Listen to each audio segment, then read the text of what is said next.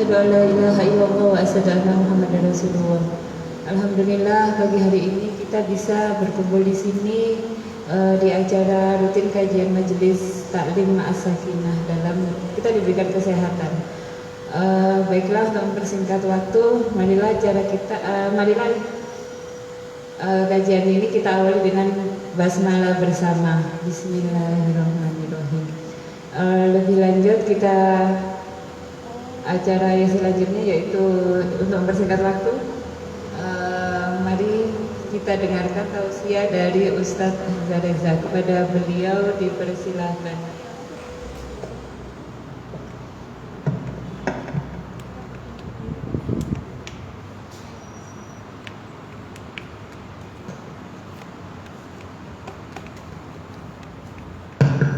Bismillahirrahmanirrahim. Assalamualaikum warahmatullahi wabarakatuh.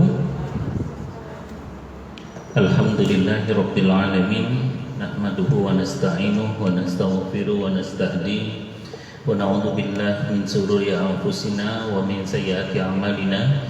May yahdihillahu fala mudilla lahu wa may yudlilhu fala hadiya lahu.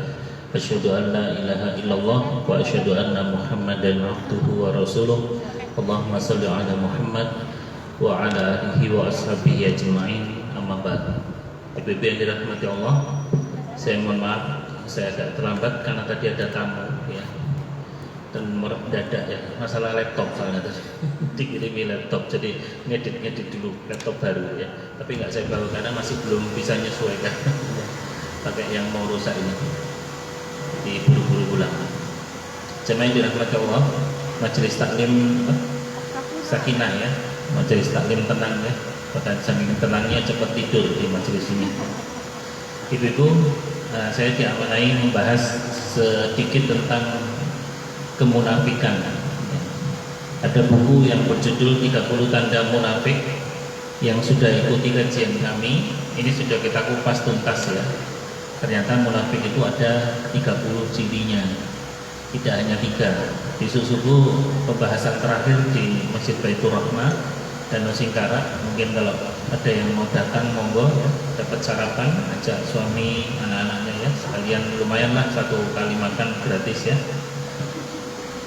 Boleh bawa rantang kalau nggak malu ya.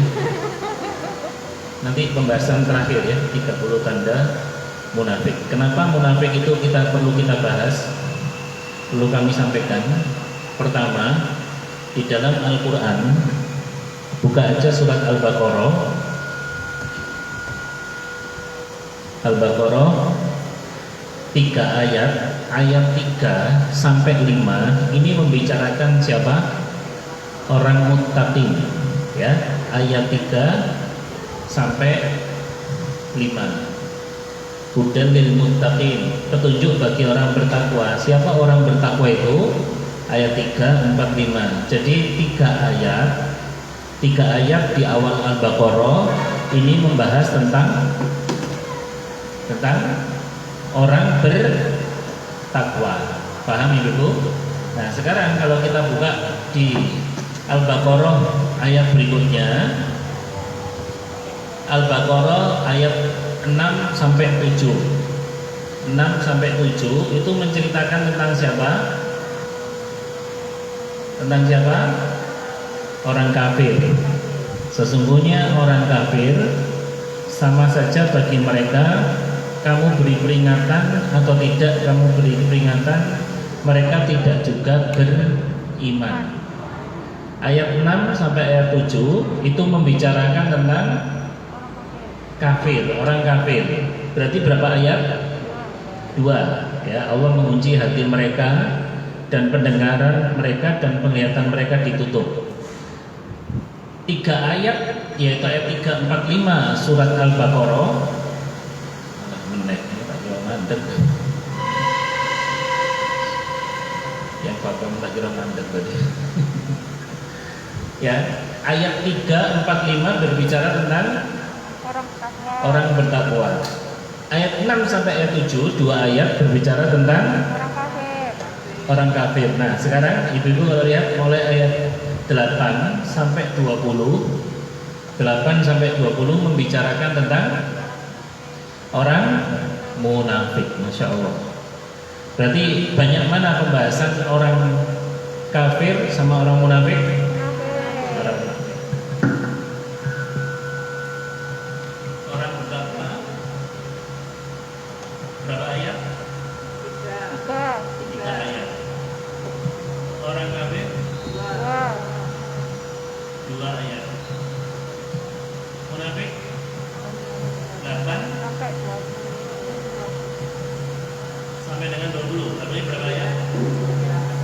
13 ayat. Orang kafir 3 ayat, yaitu ayat 1 dan ayat 3 SD 5. Ini ayat 6 dan 7. Nah, ayat 6 dan 7 surat Al-Baqarah ya. Kenapa orang munafik 13 ayat? Karena orang munafik itu perlu diperinci. Kalau orang kafir jelas enggak, Bu? Jelas. Ibadahnya di tempat yang berbeda, Tuhannya berbeda, agama kayak hari rayanya berbeda, bahkan bajunya juga berbeda ya. Jelas ya. Orang kafir jelas, orang bertakwa juga jelas. Ya, tempat ibadahnya. Nah, orang munafik ini yang enggak jelas. Sampai di Al-Quran ada surat Al-Kafirun. Surat Al-Kafirun berapa ayat? Surat Al-Kafirun ada 196 ayat. 6 ayat pendek, paham? Sedangkan ada menceritakan tentang orang munafik. Surat Al-Munafiqun. Surat Al-Munafiqun nomor ayat yang ke-63 nih. Surat Al-Munafiqun ya, Al-Munafiqun itu berapa ayat? 11 ayat. 11 ayat. Panjangnya, lumayan panjang ya. Dibandingkan, nanti Ibu baca terjemahnya aja ya. Kita soalnya global bicaranya. Dibandingkan dengan membicarakan orang kafir. Orang kafir kan lakum dinukum waliyadin, selesai. Tapi kalau orang munafik itu diperinci gitu. Ya, ini ngeri. Makanya Masya Allah ya, mengerikan tentang munafik itu. Karena orang munafik itu orang Islam yang membenci Islam. Orang yang berbaju Islam tapi rasa senang Islam. Nanti kita sampaikan. Baik, kita sampaikan dulu pengertiannya dulu. Baik, kita baca basmalah dulu. Semoga ilmu munafik ini bermanfaat bagi kita. Bismillahirrahmanirrahim. Yang mau baca Bismillahirrahmanirrahim ayat juga enggak masalah ya. Mohon cari tempat yang tepat ya. Baik, ibu-ibu, munafik adalah orang yang memiliki sifat nifak. Jadi nifak itu perbuatannya. Pelakunya siapa? Munafik. Kafir itu siapa? Orangnya. Perbuatannya namanya apa? Namanya apa? Kufur. Bisa dipahami? Fasik itu apa? Orangnya. Perbuatannya apa? Fiskun. Itu kan ada di Al-Qur'an ya. Innahu lafiskun. Itu adalah perbuatan fasik. Nah, jadi kalau sudah bicara munafik, ini orang. Wong sing duwe sifat nifak. Nifak artinya menampakkan yang baik dan menyembunyikan yang buruk. Ngetokno sing apik tapi nyingitno sing elek. Biasanya kita kayak gitu ya. Betul, Bu? Munafik enggak itu? Di sini ada yang munafik atau tidak? Ngacung ya. Padahal, Bu ya. Ada yang ngacung ya. Jadi Ibu tahu kata kata ulama Hasan Al-Bisri, bukunya tipis sebenarnya. Bukunya seperti ini. Ini di Darul Ilmi juga sudah kita khatamkan, di beberapa masjid sudah kita khatamkan ya, 30 tanda munafik. Hasan Al-Bisri mengatakan gini, sungguh orang yang merasa dirinya munafik justru dia lebih selamat dari kemunafikan. Siapa yang nggak merasa munafik, ojo-ojo dirinya munafik, insya Allah. Makanya tolong ya, ketika kita terangkan ini, tolong ini ditujukan kepada siapa? Diri sendiri. Jadi bahasanya gini, ya Allah saya kok kayak gitu ya Allah, saya kok kayak gitu ya Allah, saya munafik, masya Allah. Ibu tahu Hanzalah? Hanzalah itu siapa? Sahabat Nabi SAW. Ketemu Abu Bakar. Terus ditanya, kaifa haluk ya Hanzalah? Wahai Hanzalah, bagaimana kabarmu? Bagaimana kabarmu? Hanzalah mengatakan apa? Laqad nafaqa Hanzalah. Sungguh Hanzalah telah berbuat munafik. Bayangkan Bu, ini sahabat Nabi. Ditakoni kabare, piye kabarmu? Aku iki munafik Abu Bakar. Kok iso munafik piye ya aku iki? Lan dira munafik aku iki. Tapi lek ngrungokne ceramah Nabi, koyok-koyok surga ning ngarepku, neraka ning ngarepku.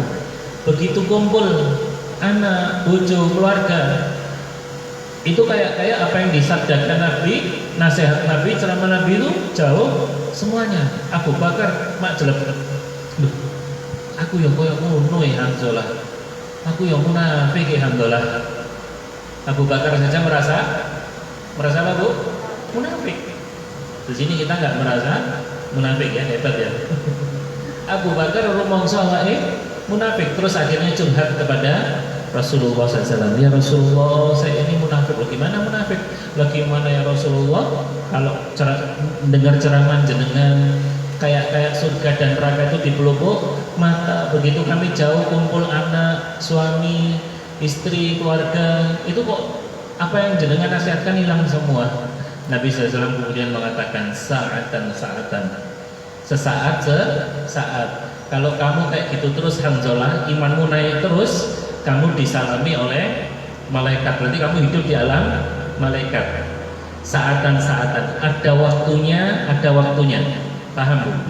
Ya, ketika kumpul di majelis kita sedih, kita menangis, ya mendengar ayat-ayat kubur. Ketika kumpul keluarga juga bahagia. Kan gak mungkin ibu kumpul sama suami, kumpul sama keluarga terus jalan-jalan ke Jatimpak nangis. Kenapa toh Dek, gitu kan? Kenapa toh yang, kenapa toh Pun? Anu ya, lagi iling agak kubur. Kok gak pantas banget sih? Sudah berduaan di kamar, ya mau ho hihi hehe, ya tahu ho hihi, kalau nggak tahu bocil ya. Sudah mau hubungan gitu sama suaminya, gitu terus sedih si istri. Kenapa? Iling alam barzah, iling padang mahsyar. Yang nggak tepat, paham ya? Ada waktunya ya. Mohon maaf ya kalau cerita ini sangat berat bagi para jomblo ya, kalau nggak ada pasangan yang berat. Jadi itu sangat nggak wajar ya kalau kita kumpul sama, saya kumpul sama anak, ya kumpul sama istri, sama keluarga terus nangis ketika sepeda, ketika jalan-jalan, dan nggak pantas ya. Baik itu ya. Jadi munafik itu apa? Orang yang punya sifat nifak. Nifak sangat dibenci oleh Allah sehingga orang munafik diancam oleh Allah, disiksa amat pedih dan neraka yang paling dasar. Nanti kita akan terangkan neraka-nerakanya orang munafik. Dalam sejarah Islam, kelihayan orang munafik menyebabkan Nabi Muhammad SAW dan pasukan muslimin menderita kerugian gara-gara tindakan orang munafik. Sebagian tentara Islam membelok kaum muslimin mengalami kekalahan dalam perang Uhud. Banyak sekali ayat Al-Quran yang berbicara tentang sifat munafik. Di antaranya terdapat dalam 4 ayat di Al-Quran ya. Surat An-Nisa 142. Ini contoh ya. Ciri orang munafik yang Allah sebutkan. Sesungguhnya orang munafik itu menipu Allah, Allah balas tipuan mereka. Dan apabila mereka berdiri untuk sholat, malas. Mereka bermaksud riya di hadapan manusia dan tidak menyebut Allah kecuali sedikit. Dari ayat ini aja, orang munafik ada 4 ciri. Ada 4 cirinya. 1, nipu Allah. 2, malas sholat. Nanti ini kita terangkan juga. 3, riya, suka. Riya itu beramal supaya apa?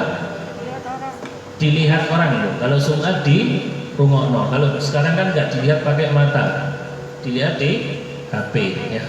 wah bu ini lagi ngaji, wah bu ini lagi umroh, wah bu ini lagi sholat tahajud. Itu kan termasuk apa? Riya ya. Terus yang keempat ciri dalam An-Nisa ini ya, mereka sedikit zikir ya. Nanti kita terangkan ini gambaran aja dulu. Baik ya, ini surat An-Nisa 145. Allah terangkan di dalam ayat ini bahwa orang munafik itu berada di neraka paling bawah. Innal munafiqina fid darkil asfali minan nar. Sesungguhnya orang munafik itu ditempatkan pada tingkatan paling bawah dari neraka. Asfal minan nar. Asfal itu bawah. Terus jadi bahasa Indonesia jadi aspal ya. Asli apa palsu? Jadi dari bahasa Indonesia jadi aspal. Isor dewi. Neraka paling isor ya. Kenapa orang munafik berada di neraka paling bawah? Ya karena sepak terjangnya itu mengerikan. Aneh kan, ada orang Islam benci dengan Islam, ada orang Islam benci dengan syariat Islam, itu bahaya. Itu termasuk munafik akbar ya. Nanti ada pembagian munafik. Makanya dilepukin rokok paling isor. Bahkan bu, orang munafik itu masuk nerakanya itu duluan ketimbang orang kafir nih. Suratnya sama. Nanti ibu-ibu banyak membaca surat An-Nisa mulai ayat 140-an itu ya. Itu mengkisahkan tentang orang munafik. Bahkan di nomor ayat 140 ya, ayat ya, di akhir ayat ini ya, sesungguhnya Allah mengumpulkan innallaha jami'ul munafiqin wal kafirin fi jahannam. Sungguh Allah mengumpulkan orang munafik dan orang kafir dalam jahannam semuanya. Baik, di dalam ayat ini yang dikumpulkan duluan siapa? Munafik. Padahal ibu tahu orang kafir, sebut saja musyrik kafir itu ya, yang non Islam, itu dosa besar kan? Dia nyembah selain Allah, dia beribadah kepada selain Allah. Itu loh masuk neraka duluan orang munafik, insya Allah. Karena orang munafik itu greget, ya, gregetnya itu luar biasa. Heran orang Islam rasa seneng cadar, orang Islam rasa seneng sunnah, orang itu bahaya.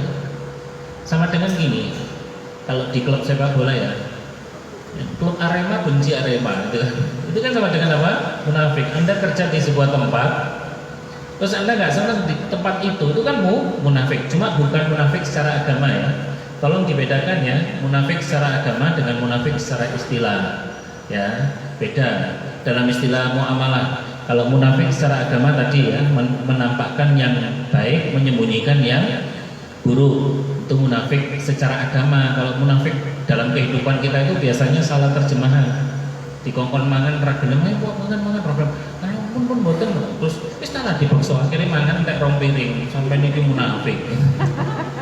Itu bukan munafik ya. Itu ayi-ayi itu.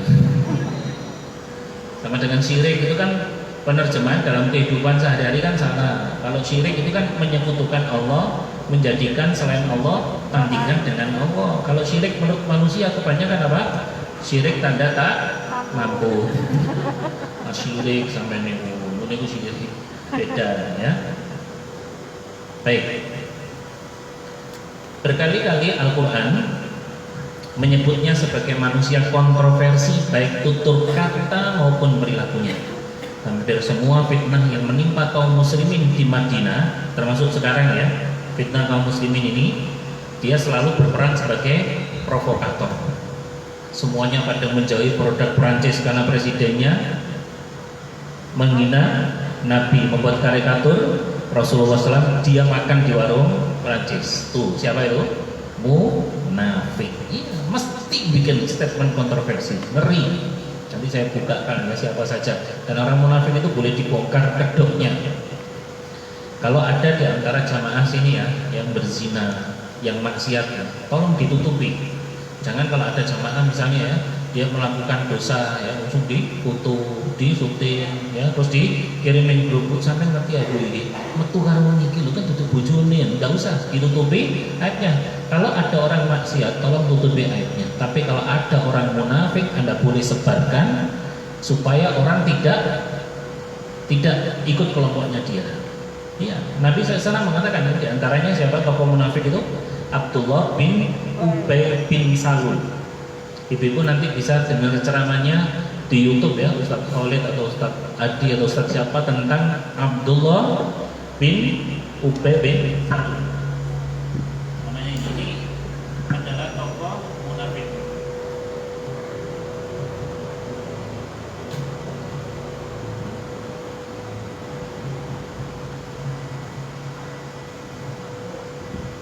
Ya, ini nanti dengar ceramahnya Abdullah bin Ubay bin Salul. Ini adalah tokoh munafik. Ibu tahu Abdullah bin Ubay bin Salul ini Nabi kalau ceramah datang, kalau sholat di belakang Rasul Shallallahu Alaihi Wasallam. Matinya mengerikan karena kemunafikannya.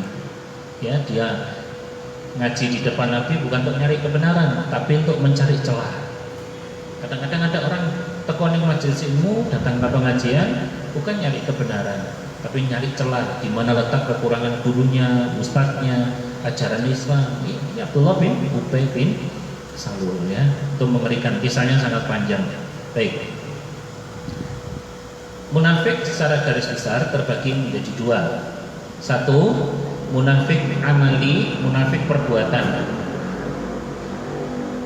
Tidak keluar dari Islam. Nanti Ustaz kasih contoh. Dua, munafik i'tiqadi, munafik keyakinan. Ini bisa mengeluarkan dari Islam. Contoh munafik perbuatan, sing gampang ya. Ngomong goro. Goro itu munafik atau tidak, Bu? Munafik. Janji ingkar, munafik? Munafik. Cuma tidak keluar dari Islam. Janji menikahi, ternyata enggak jadi, malah ngasih undangan ya. Itu berat. Suruh jadi saksi. Orang mudinnya ngomong sah, walinya ngomong sah, dia sendiri ngomong enggak sah dari belakang ada suara gitu. Ternyata ada mantan yang tersakiti ya. Pastikan ketika Anda akad nikah, mudin sudah mengatakan sah, di belakang ada yang mengatakan tidak sah berkali-kali, pastikan ada mantan yang menyusupi walimah Anda ya. Ini munafik, tapi tidak mengeluarkan dari Islam ya. Munafik perbuatan, ngomong goro. Kadang kan orang Islam kan ngomong goro, janji ngomong toko jam 8 berapa ya. Si mending setengah songo ya. Ini kan munafik, tapi apa? Perbuatan ya.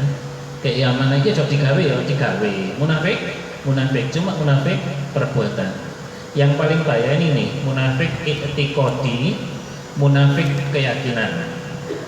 Mungkin ibu-ibu kalau nyatetnya lama boleh difoto ya, enggak apa-apa. Ya, ustadznya difoto sekalian juga enggak apa-apa. Lagi pengajian guys ya, sekarang kan gitu. Nah, munafik i'tiqadi ini, saya kasih contoh dulu. Kalau munafik amali ya ini ya. Tanda munafik 3, ngomong goro kan. Ini munafik amali.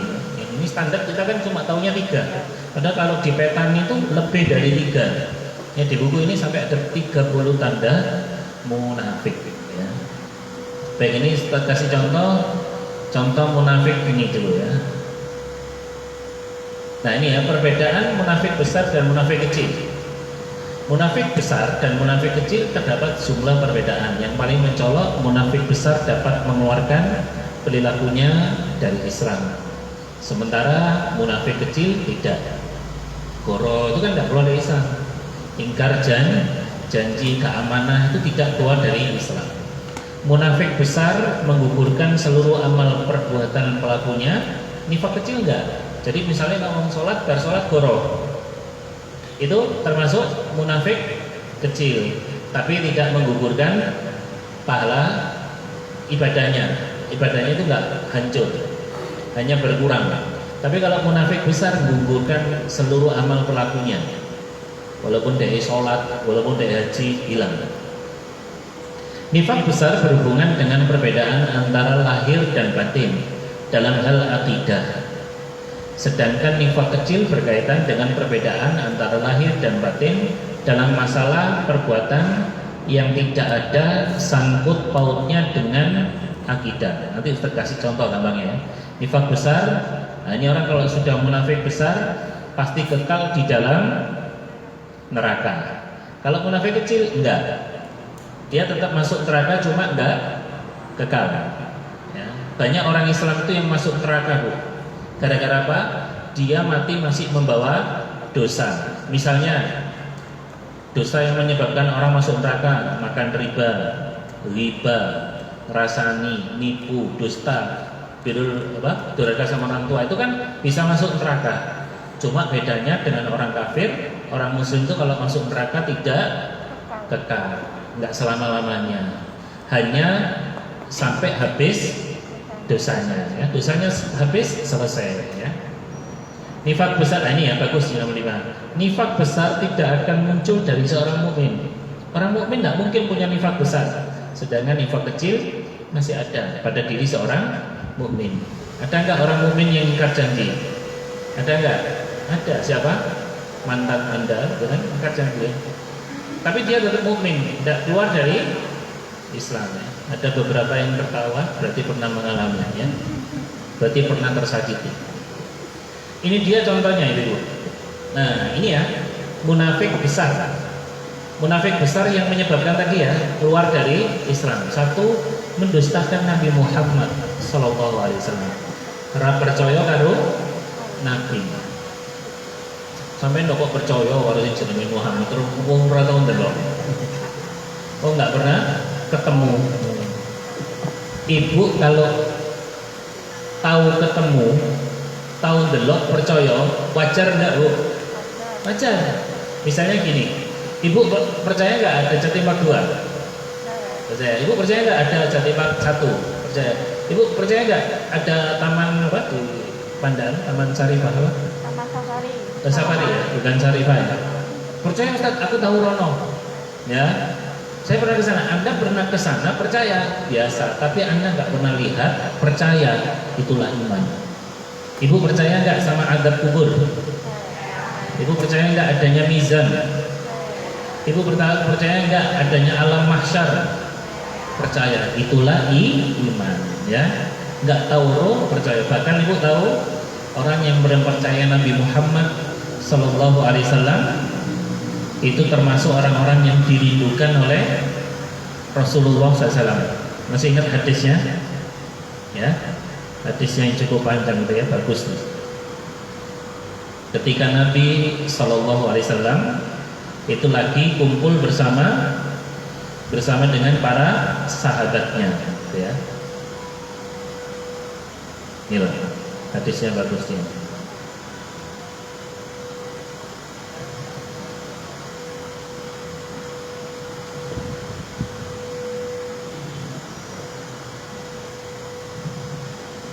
Nah, ini ada hadis yang cukup panjang. Suatu ketika Nabi Shallallahu Alaihi Wasallam kumpul bersama sahabat-sahabat yang mulia.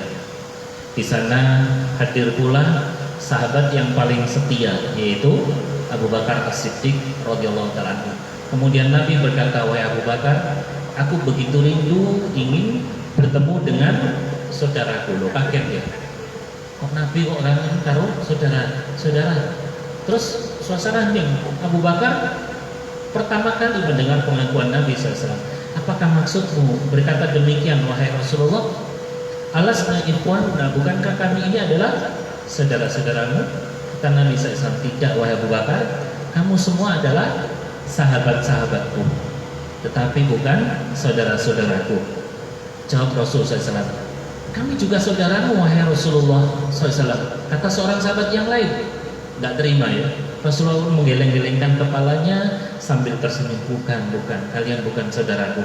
Tapi kemudian Nabi SAW mengatakan, saudara-saudaraku adalah mereka yang belum pernah melihatku, tapi mereka beriman denganku dan mereka mencintai aku melebihi anak dan orang tua mereka. Mereka itu adalah saudara-saudaraku dan mereka bersama denganku. Beruntunglah mereka yang melihatku dan beriman kepadaku, dan beruntung juga mereka yang beriman kepadaku sedang mereka tak pernah melihatku. Masya Allah. Kita ini dikangeni oleh siapa, Bu?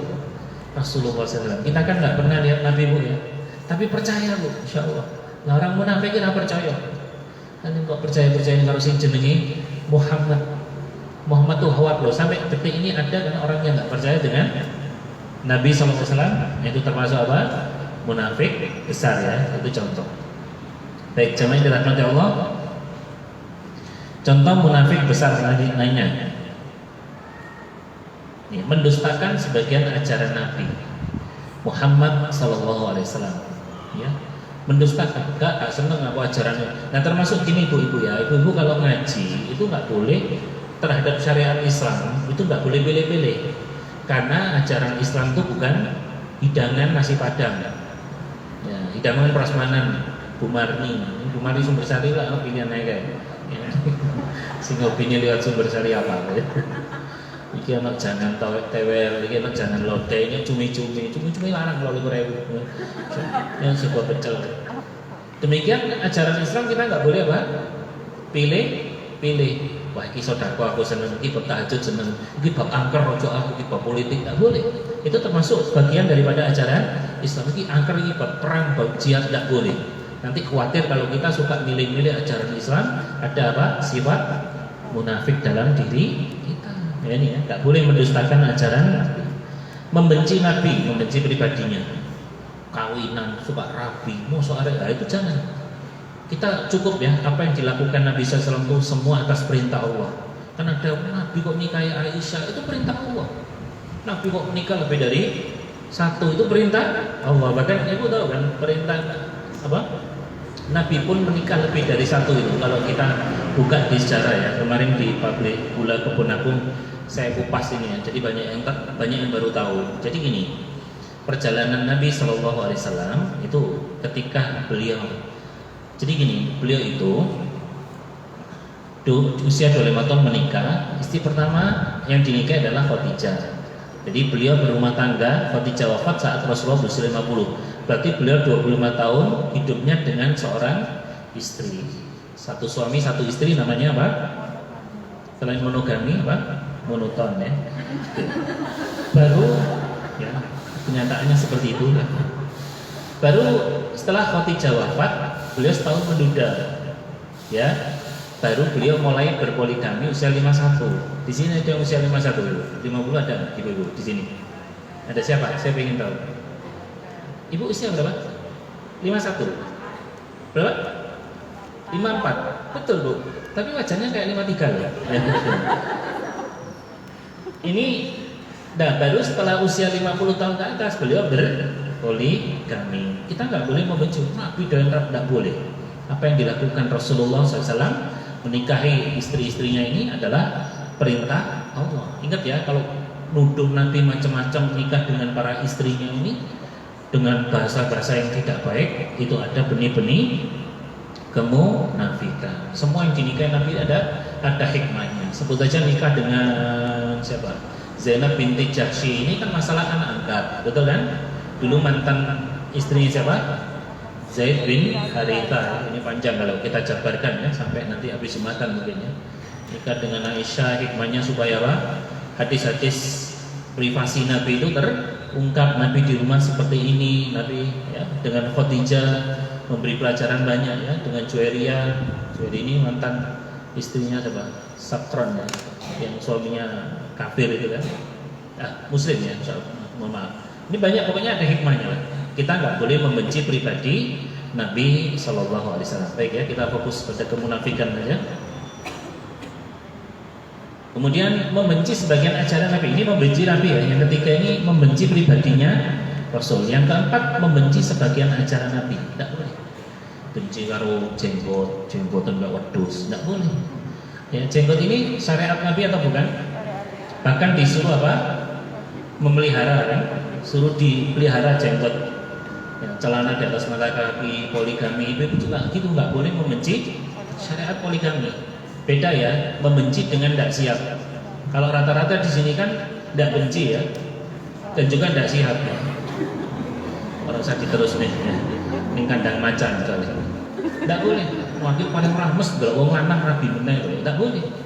Toh nikah lagi halal atau tidak? Kita bicara hukum Bu ya, mohon maaf bukan bahas perasaan ya. Ini halal ya. Ngomong halal tapi siap ya. Siap. Yang jelas kita nggak boleh membenci ajarannya. Ustaz itu rabi meneh piye sing nglakoni dhewe. Ada satu jawaban, saya pernah dari Ustaz, suami saya nikah lagi gini cinta. Saya jawab gini, ibu sabar, kenapa Ustaz? Lalu saya perasaan, ibu, suami anda nggak maksiat, suami anda zina nggak? Enggak Ustaz, dia akan melakukan yang halal, ya. Pokoknya nggak boleh dibenci, benci cadar, itu kan, bukan kura-kura ninja kayak ninja kelambi sing gede, kok karung, nggak boleh. Itu nanti dikhawatirkan apa nih? Munafik besar, bisa mengeluarkan dari Islam, ya. Semua ajaran Islam kita nggak boleh membencinya. Semua syariat yang Allah Subhanahu Wa Taala berikan kepada hambanya itu adalah untuk kemaslahatan hambanya. Misalnya, mohon maaf Bu ya, kenapa laki-laki boleh menikah lebih dari satu? Karena kenyataannya demikian. Satu, jumlah perempuan lebih banyak. Kedua, mungkin ada beberapa laki-laki yang nafsunya kurang terlayani dengan seorang istri, dia kurang.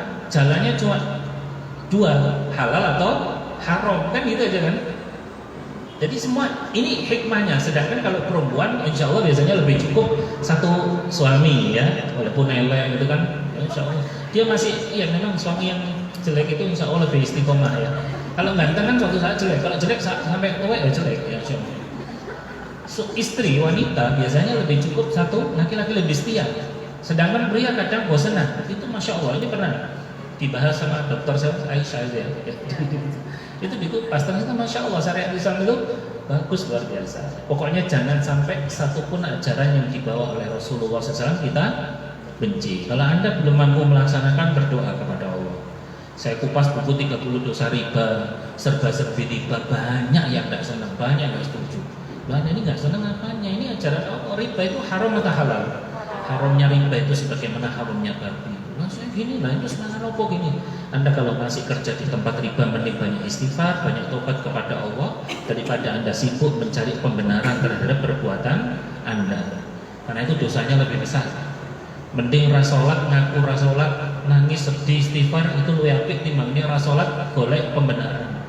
Aku ini masih rasolat apik karo tonggo. Aku masih orang sholat tuh, ya sih duit jiwa sosial itu kan dosanya lebih besar.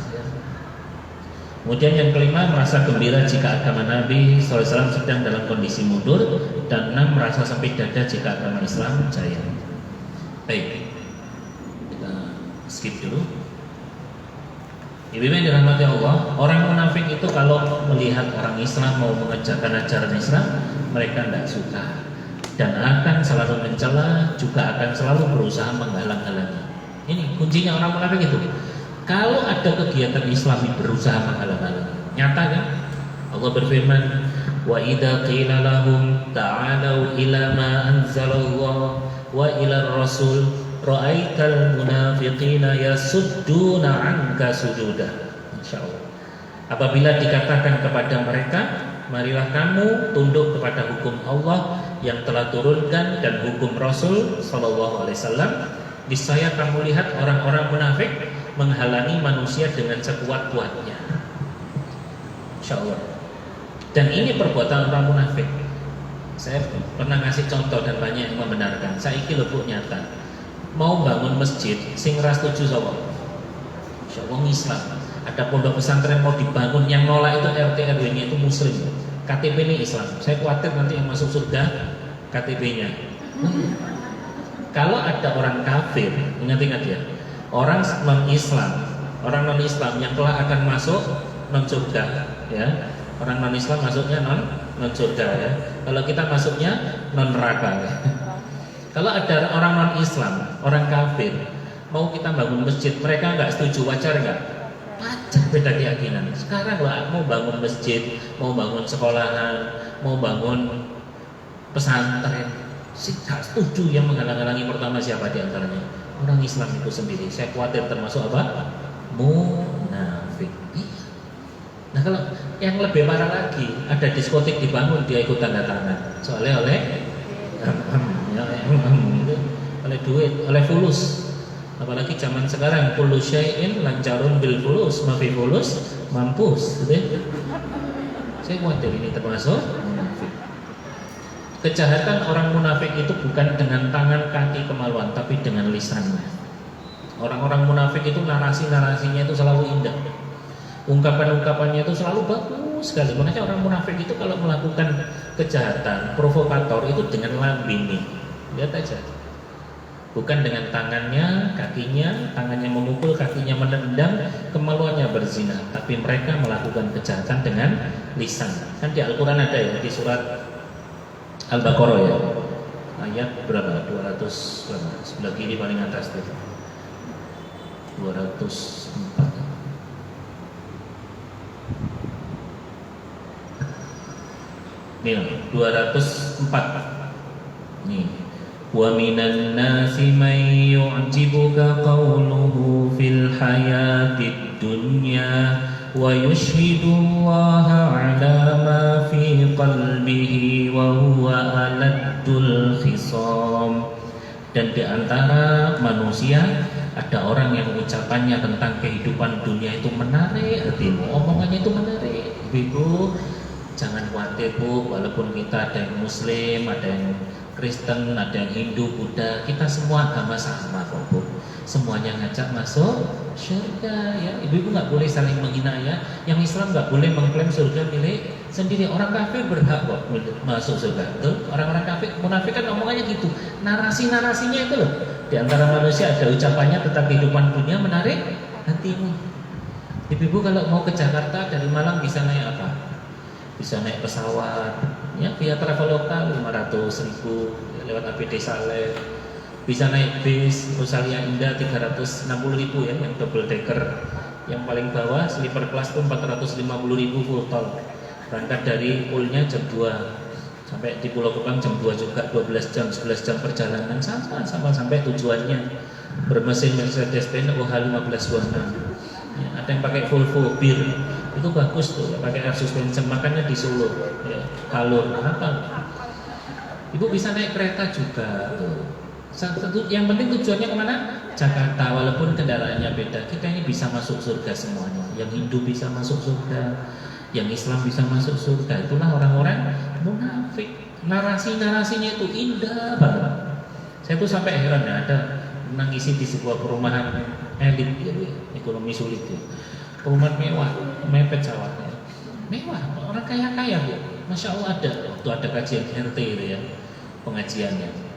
Ustaz tolong ngisi kajian ada pada di siang aja, jadilah saya ngisi. Terus ketika buka sesi tanya jawab, itu ada yang tanya, Ustaz, semua agama itu sama gak ya Ustaz?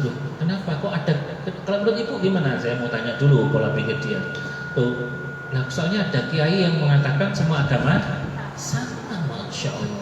Lah Bu, sekarang kalau semua agama sama, apa gunanya Allah ciptakan neraka, gitu kan? Kan harusnya seperti itu. Wong Nabi, ingat asbabun nuzul, sebab turun surat Al-Kafirun. Nabi kan ditawari oleh orang-orang kafir Quraisy, Muhammad, meskipun kita berbeda, orang kafir zaman dahulu ngaku ya berbeda keyakinan, kita nggak usah konflik. Ya apa ijol agama. Setahun kamu masuk agamaku, setahun aku masuk agamamu. Kalau dalam setahun kau masuk agamaku enak, pindah agama. Kalau ternyata setahun masuk agamaku udah enak, aku yang pindah ke agamamu. Terus turunlah surat Al-Kafirun, lakum dinukum waliyadin. Itu kan sebab turunnya itu.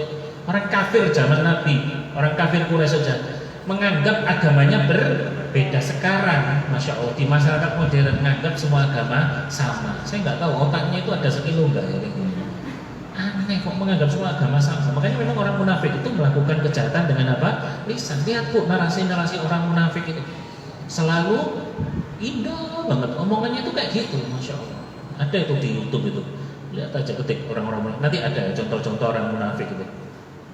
Nih, munafik zaman now, kata Hudzaifah bin Yaman. Hudzaifah ibnul Yaman ini merupakan sahabat Nabi SAW yang memegang rahasia nama-nama orang munafik.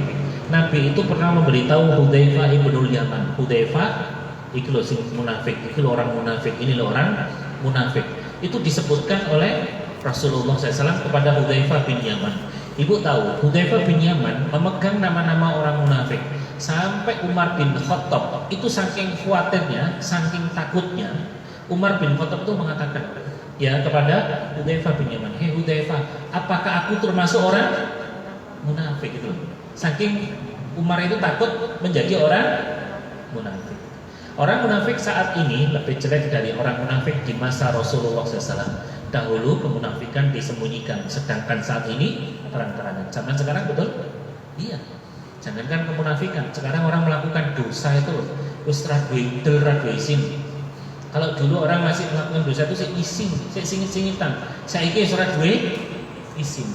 Sekarang lihat aja kan media paling cepat untuk menyebarkan dosa dan maksiat kita ini adalah media.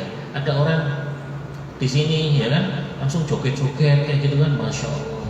Ya kan, apa TikTok apa gitu kan gak izin kok pakai baju terbuka, masya Allah. Apa gak masuk angin gitu loh. Kok tahu Ustaz lihat ya? Enggak, terus moro-moro kebuka ya gitu. Nggak malu gitu loh, masya Allah. Orang munafik sekarang ini terang-terangan, dia kan sampai kayak gini di syuting nih, kami makan di rumah makan Perancis, Nabi mengajukan maafkan kayak gitu kan, munafik. Makhluk kayak gitu, spesies kayak gitu tuh munafiknya sudah munafik besar. Demi Allah, ya munafik besar. Heran kok orang Islam, agamanya Islam, tapi selalu berpihak kepada kafir. Itu munafik. Yang kita takutkan gitu. Harusnya kita kalau sebagai muslim itu harus bangga dengan keislaman kita, bukan malah membangga-banggakan musuh Islam, musuh Allah. Dan ini kenyataan yang terjadi fenomena sekarang. Orang sudah nggak bangga lagi dengan zamannya, dengan agamanya. Bagaimana dengan mati Allah? Nah ini bagus nih. Kapan awal mula muncul kemunafikan? Nah, orang munafik itu munculnya di Mekah atau di Madinah? Di Mekah atau di Madinah? Yang tahu boleh bilang. Awal mula kemunafikan itu terjadi di Madinah. Di Mekah itu ada orang munafik? Tidak ada. Di Mekah itu yang ada hanya orang Muslim sama kafir. Kenapa? Karena Islam masih tertindas. Tapi begitu Islam mulai jaya, lainnya dalam kitab At-Tauhid halaman 20, Syekh Shalih Al-Fauzan mengatakan orang-orang munafik itu akan ada terus sepanjang masa. Apalagi tatkala kekuatan Islam mulai nampak, mereka benar-benar tidak bisa mengalahkannya. Saat itulah mereka memeluk Islam, tujuannya memasang makar Islam dan orang-orang Islam dalam hati mereka. Kalau di sebuah tempat, ini pernah saya mengalami ya. Jadi kalau di sebuah tempat Islamnya masih minoritas gitu, biasanya lebih rukun ya. Iya, nggak membicarakan khilafiyah ya. Terus gak serukun loh, sampai ngono yang ngono aku gak mau pas melanjutkan saya enggak gitu.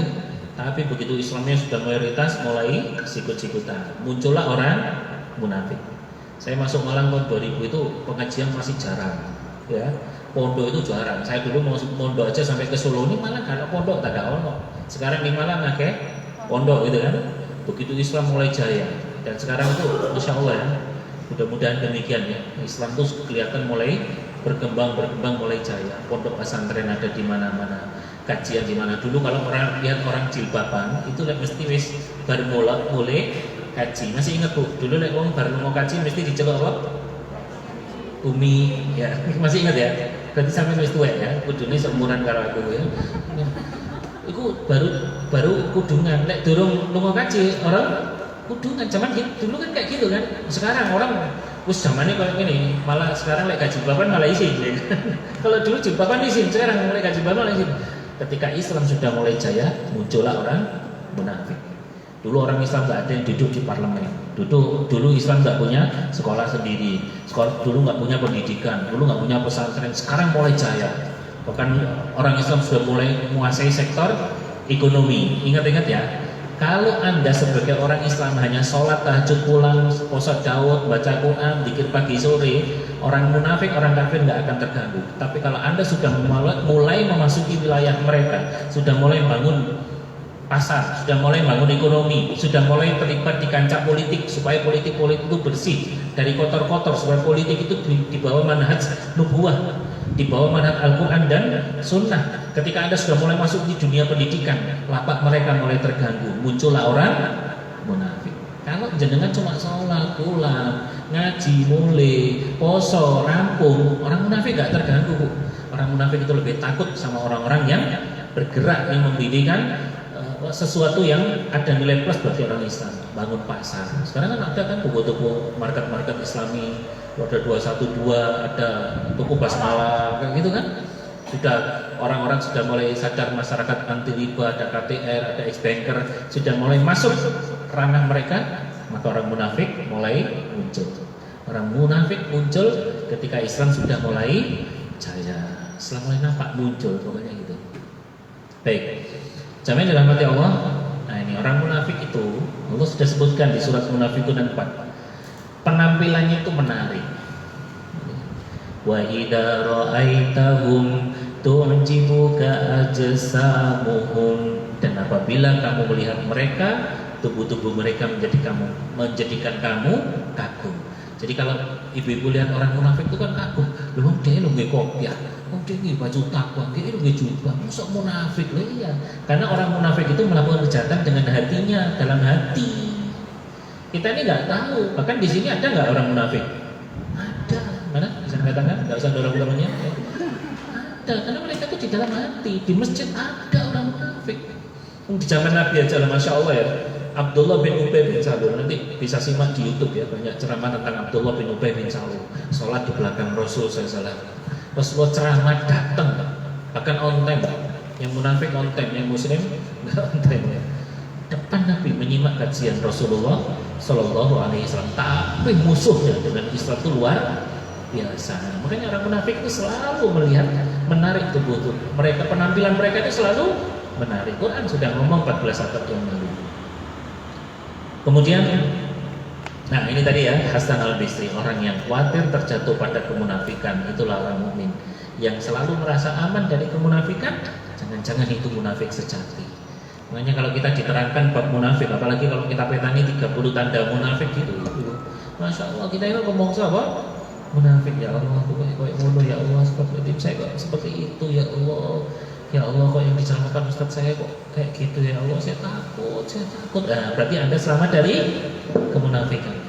Yang paling bahaya itu kalau kita nggak merasa, wah sing diceramani kayak konco kumburi gitu, sing masker, iya kok sing jilbab ireng, kok jilbab. Berarti dia jangan-jangan termasuk apa? Munafik. Saya ceramah gini tuh saya, ya Allah, saya kok munafik, saya kok kayak gini, jarang ke masjid, saya kok jarang zikir, saya kok jarang baca Quran. Ya Allah, itu kan berarti kita selamat dari munafik. Makanya tema yang kayak gini disampaikan supaya kita ini merasa munafik. Hasil akhirnya di situ. Baik, saya cepat aja dulu. Kita sampai 9:30 ya.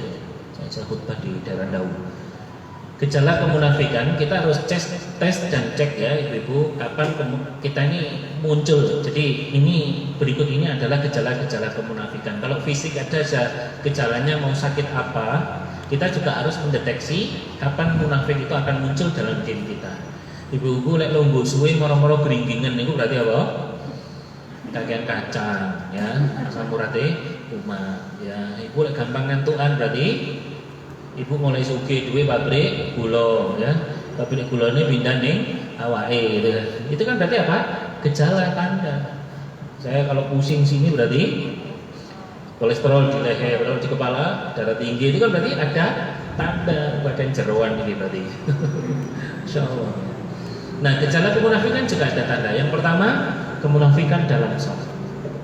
Kemunafikan dalam sholat adalah malas bangkit untuk mengerjakan, ria, arah-arah sholat, arah-arah. Pernah ibu-ibu mengalami masa-masa seperti itu? Masya Allah, kita pasti pernah. Jangan, ini berarti ada kemunafikan. Dan Ustadz, kenapa sih saya kok mulai males sholat, kok males sholat, kenapa kok kadang ngomong? Jawabannya satu, karena dosa. Sekali lagi karena apa? Dosa. Allah itu Bu, kalau menghukum dosa yang dilakukan oleh seorang hamba, itu ada tema saya judulnya, mengapa Allah tidak menghukum dosa kita. Allah itu kalau menghukum dosa kita itu bukan melalui materi Bu. Misalnya ibu melakoni maksiat gini, langsung dijupuk motore, Bu ngelakoni dosa ini, ngerasani, langsung rekeningnya berkurang. Enggak. Dan orang kalau melakukan dosa, hal yang pertama kali yang berubah itu bukan wajahnya. Misalnya ibu melakukan dosa, wajahnya langsung hitam, enggak. Hitam bisa dirubah berdasarkan baik buruknya kamera HP yang kita miliki. Kan HP bisa menipu kan. Banyak orang tertipu kan ketika ta'aruf gara-gara HP.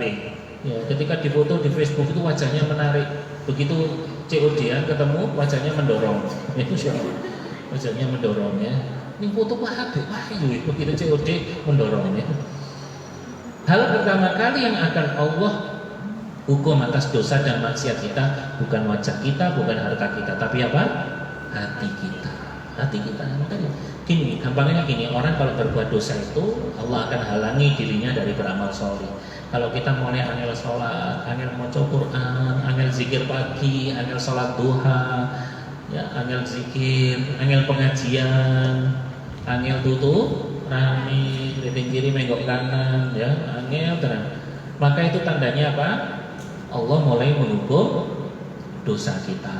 Ya, dosa itu dihukum oleh Allah, akan dihalangi orang itu untuk beramal soleh. Ibu pernah mengalami gitu? Malas sholat doa itu pernah. Wong ustaz saya tahu mau sampean ya. Iya pernah kita ngalami, masya Allah ada dosa apa gitu.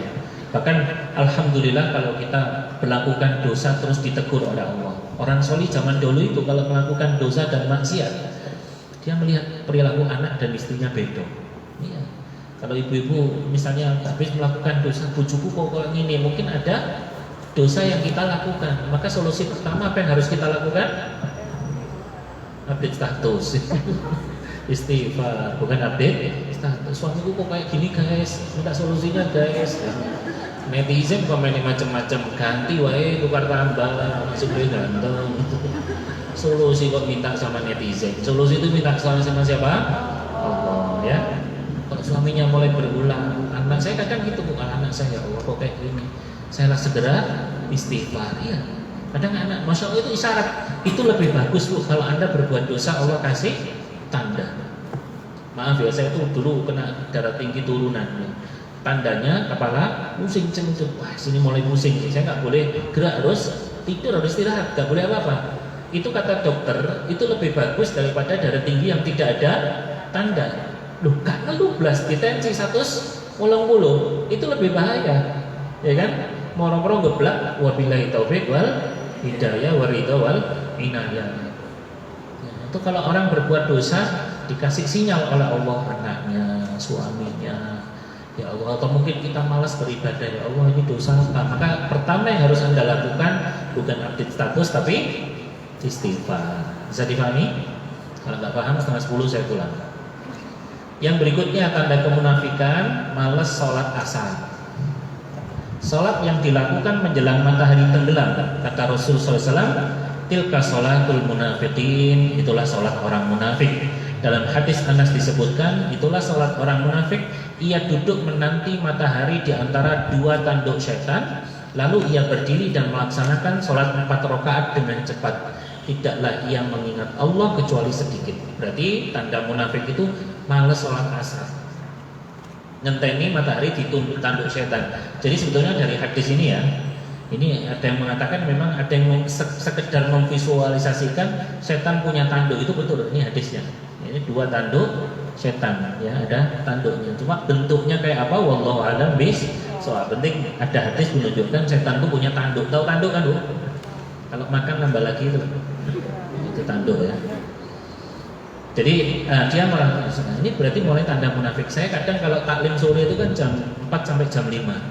Ada bu yang masuk masjid tuh, bu masjid loh, sholat tak hitung ya petang rakaat jam 5, masya Allah. Itu sholat apa? Sarip ya, asar karo maghrib. Udah habis kan jam 5, iya kan? Berarti apa? Tanda munafik. Ini tandanya yang mulai malas sholat. Ya, sholat asar jam 5, ngerti kan? Kalau sholat sekarang asarnya jam berapa? 14.30 kan, setengah 3-an. Sekarang kalau sholat asar jam setengah 4 boleh? Boleh ya, itu masih waktu sholat ya. Tapi yang paling utama adalah sholatu ala waktiha, sholat on time. Yang berikutnya, gejala munafik mulai malas sholat isya dan sholat subuh. 2 sholat ini merupakan tanda seseorang itu munafik atau tidak, bukan maghrib, bukan duhur bu.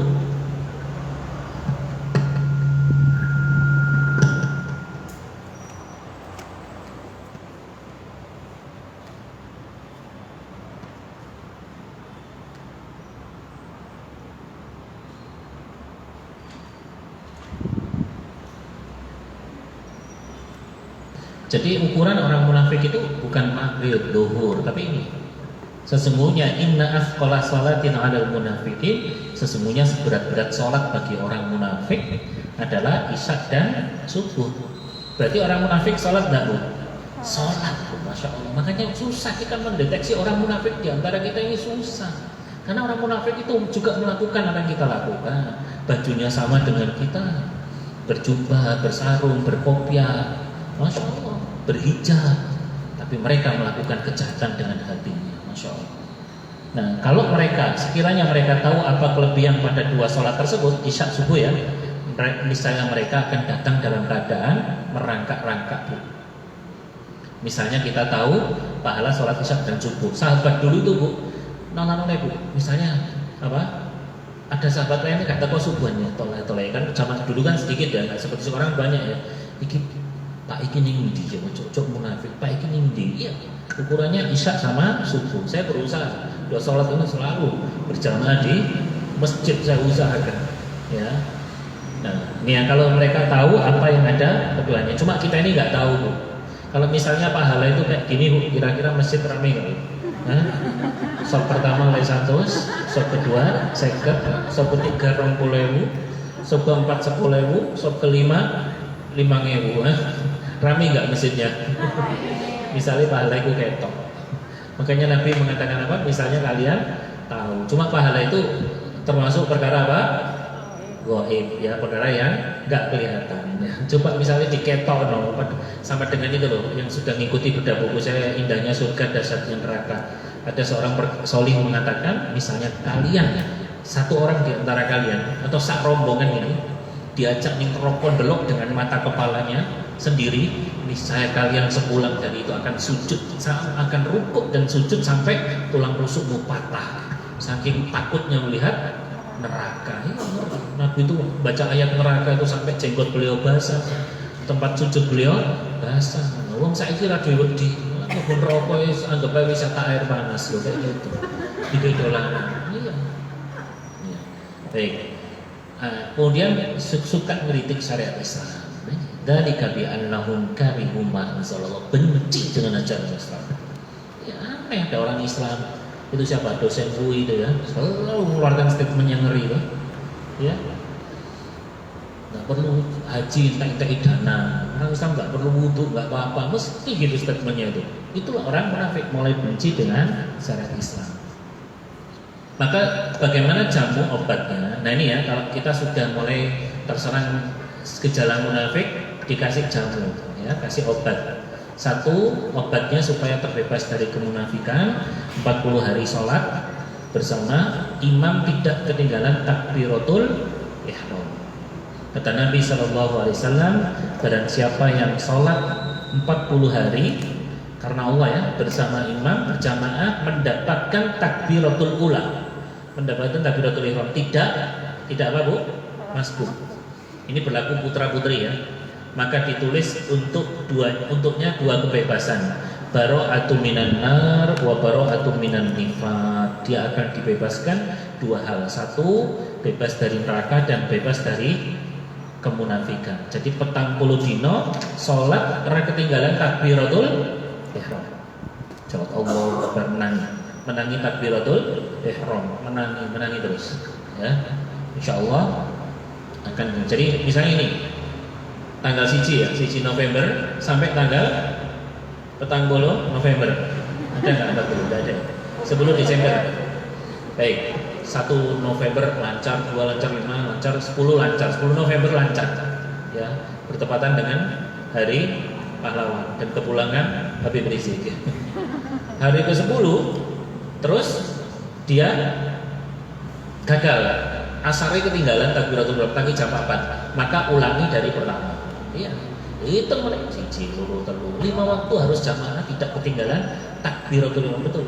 Kecuali kalau halangan ya, kalau udur ya, kalau bulannya teko dewi, kalau diseluk orang-orang teko hari ke-10 batal, nanti begitu suci dihitung hari ke-11. Ini terapi supaya nggak munafik, ya kan? Diobati. Kalau sudah muncul kayak gitu, terlepas hukum fikih ya, bolehnya wanita sholat di masjid ya, ini terapi.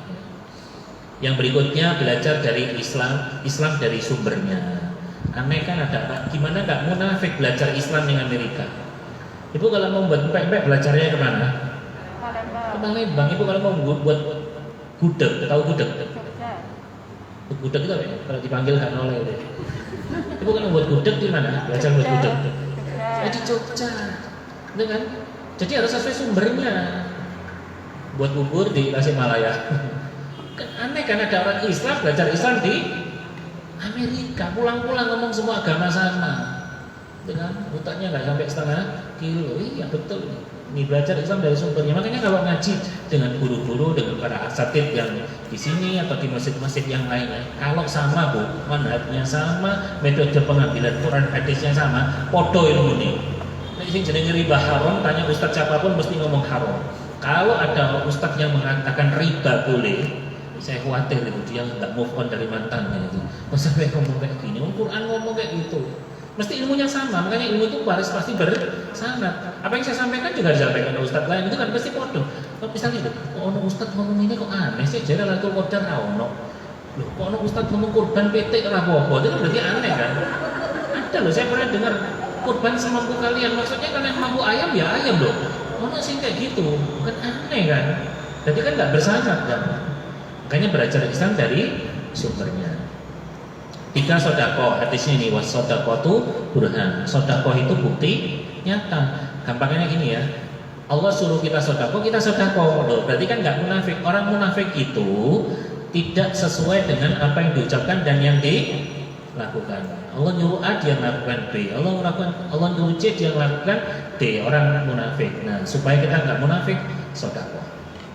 Yang berikutnya sholat malam. Abu Qatadah mengatakan orang munafik itu sedikit sholat malam, karena orang munafik hanya akan beramal jika dilihat orang. Nah kalau kita tahajud nggak dilihat orang, alhamdulillah nggak dilihat orang, tapi Facebooknya on, podo IG-nya on. Nah kita tahajud guys ya, please like and share ya. Yang like status saya doakan masuk surga. Jadi zaman sekarang masuk surga cukup dengan like and share. Loh Ustaz, berarti tahajud gak boleh berjamaah? Boleh, tidak apa-apa sesekali, tapi lebih bagus dilakukan sendiri ya. Misalnya seseorang tahajud berjamaah dengan istrinya ya, baik istri pertama, istri kedua, 3, biar rukun ya, nggak tukaran terus sama anak-anaknya, anak tiri, anak kandung. Itu boleh. Sakit bu ya cara kayak gini. Jadi kenapa sholat malam? Karena sholat malam itu dianjurkan dilakukan sendiri. Karena Pak, ibu-ibu tahu, kalau ibu-ibu ingin tahu Anda itu baik atau tidak, lihat apa yang Anda lakukan ketika sendiri.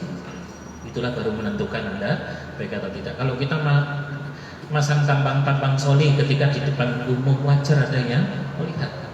Kadang kita sedih ngaji tapi yang buka yang tidak baik, masya Allah. Ya kan, makanya lihat ibu kalau sendirian yang buka apa di HP. Stalking mantan, stalking status orang-orang terdahulu, ya. Lihat apa? Lihat itu. Anda kalau ingin tahu api apa delok awakmu pas dhewe ya. Kalau kita kan saya di depan Anda nggak berani maksiat. Oh, ibu-ibu ndelok aku lah izin. Tapi kalau saya sendiri apa yang saya lakukan, itulah menentukan seorang itu baik atau buruk. Kemudian jihad di jalan Allah nih, jihad barang siapa mati dalam keadaan tidak pernah berperang, tidak pernah terbesit dalam dirinya, ia mati dalam kemunafikan. Harus ada cita-cita pengen apa bu? Mati syahid perang. Aku ingin mati perang, aku ingin mati perang. Bahkan doanya bu, kalau bisa doa apa? Doa mati syahid. Walaupun ini nggak perang bu ya, alhamdulillah Indonesia aman, alhamdulillah malah aman, nggak ada konflik. Tapi walaupun ada, kita nggak boleh minta konflik, tapi boleh Anda minta supaya mati syahid. Kenapa? Orang kalau nggak pernah terbesit, saya ingin mati perang. Saya mimpi kalau ketika Islam diintimidasi, saya akan angkat senjata. Saya tinggalkan anak istri saya, keluarga saya akan perang. Jadi khawatir apa? Lega belas itu berarti mati dalam kemunafikan. Kan doa supaya bisa mati syahid itu, mana Allahumma inni as'aluka syahadata fi sabilik. Ibu usahakan baca doa ini selalu ya, supaya digolongkan oleh Allah Subhanahu wa taala mati syahid ya. Yang ini boleh ya, ya Allah anugerahkan kepadaku mati syahid di jalanmu dan mati di negeri Rasulmu. Ibu berdoa selalu ya agar mati di Mekah, di Madinah. Nah, ini kan ini riwayat Bukhari. Redaksinya seperti ini kalau redaksinya Umar bin Khattab. Allahumma rzuqni syahadatan fi sabilik wa ja'al fi mauti bi baladi rasulika sallallahu alaihi wasallam. Ya Allah, berikan aku anugerah mati syahid Ya Allah matikan hamba di negeri Rasulmu ya Allah. Terus Bu, pagi, siang, sore habis sholat antara adzan qomat doa itu. Semoga kita diwafatkan. Karena kenapa? Kalau kamu minta doa ini terus, maka kamu dimatikan oleh Allah, mati dalam keadaan syahid walaupun mati di kasurnya. Ya, walaupun mati di kasur bukan. Ya, tolong usahakan. Saya juga berusaha doa ya Allah matikan hamba dalam keadaan syahid ya Allah. Matikan hamba ketika umroh ya Allah. Masya Allah. Itu kalau mati pas umroh enak. Yang nyolat itu siapa Bu? Sendunya Bu. Kan habis sholat wajib biasanya gitu ya. Imam mesti mengatakan apa? Shallu 'alal mayyit. Sholat untuk jenazah. Ya Allahu Akbar. Takbir kedua ada yang rukuk Bu. Saya pernah lihat ya. Ada yang rukuk. Orang Indonesia ya. Orang kami masuk di rumah ya, enggak Ustaz, enggak salah ya. Itu pernah rukuk ya.